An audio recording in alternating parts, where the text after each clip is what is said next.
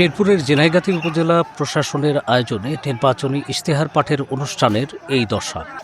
মঞ্চের সামনে দুই পক্ষের চেয়ার ছড়াছড়ি, তারপর সংঘাত ছড়িয়ে পড়ে পুরো এলাকায়। কারো হাতে লাঠি, কারো হাতে চেয়ার। 28 জানুয়ারি জেনাইগাতি উপজেলার আয়োজনে সংঘাতে জড়ায় বিএনপি ও জামাতের নেতাকর্মীরা। লিলি বিউটি সোপ, যার অ্যান্টি এজিং গুণ তারুণ্য ধরে রেখে ত্বকে করে উজ্জ্বল। তারুণ্যময় উজ্জ্বল ত্বকের জন্য রিমার্ক।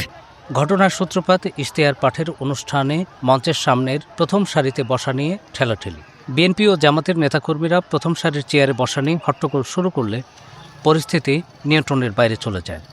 এতে উভয় পক্ষের অন্তত 30 জন আহত হন। পরিস্থিতি সামাল দিতে সেনাবাহিনী সহ আইনশৃঙ্খলা রক্ষাকারী বাহিনীর সদস্যরা উপস্থিত হন।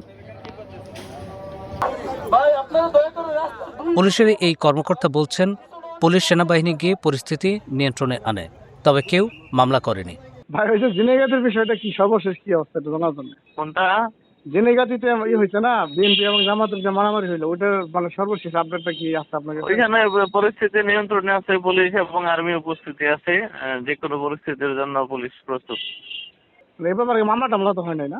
না, এই ব্যাপারে কোনো মামলা টামলা হয় নাই। পরে যদি কেউ দিতে চায় সেটা দেখা হবে, খতিয়ে দেখা হবে। লিলি বিউটি সোপ, যার অ্যান্টি এজিং গুণ তারুণ্য ধরে রেখে ত্বকে করে উজ্জ্বল। তারুণ্যময় উজ্জ্বল ত্বকের জন্য। রিমার্ক।